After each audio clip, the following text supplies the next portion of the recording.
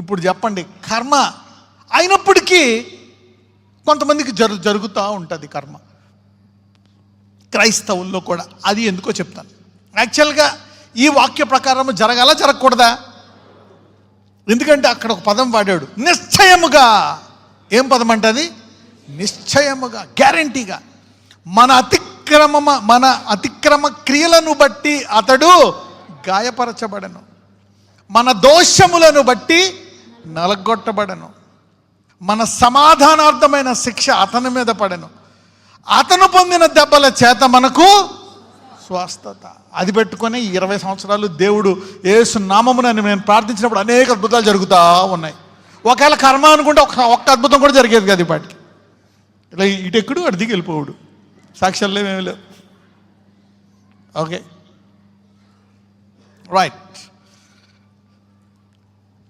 నా యాక్చువల్గా మెసేజ్కి దీనికి కూడా ఈరోజు రిలేషన్ ఉంది. This is what has happen. నా ఇదంతా మీకు తెలుసు, ఇదంతా ఎందుకు జరిగిందో ఒకసారి ఇది కూడా చూద్దాం. 10వ వచనం, 53:10. అతని నలుగగొట్టుటకు యెహోవాకు ఇష్టమాయెను, ఆయన అతనికి వ్యాధి కలుగజేసెను. అతడు తన్ను తానే అపరాధ పరిహారార్థ బలి చేయగా, అతడు తన్ను తానే అపరాధ పరిహారార్థ బలిగా చేసుకున్నాడంట. మనల్నే, మన కోసము ఆయన బలి అయిపోయాడంట. అతని సంతానము చూచును, అతడు దీర్ఘాయుష్మంతుడగును, యెహోవా ఉద్దేశము అతని వలన సఫలమగును. మనము నీతిమంతులు అవ్వాలనే ఉద్దేశము యేసు ద్వారా సఫలమవుతుందంట. రైట్. అతడు తనకు కలిగిన వేదనను చూచి తృప్తి నొందును, నీతిమంతుడైన నా సేవకుడు జనుల దోషములను భరించి తనకున్న అనుభవ జ్ఞానము చేత అనేకులను నిర్దోషులుగా చేయును. అనేకులను ఏం చేశాడంట? దోషులను ఎలా చేశాడంట? అంటే ఎవరి కర్మ వారు అనుభవించాల్సింది అనుభవిస్తున్నారా? సో ధర్మశాస్త్రం యొక్క శాపాన్ని తీసేసి శాపగ్రస్తులమైన మనకు ఏమిచ్చాడంట?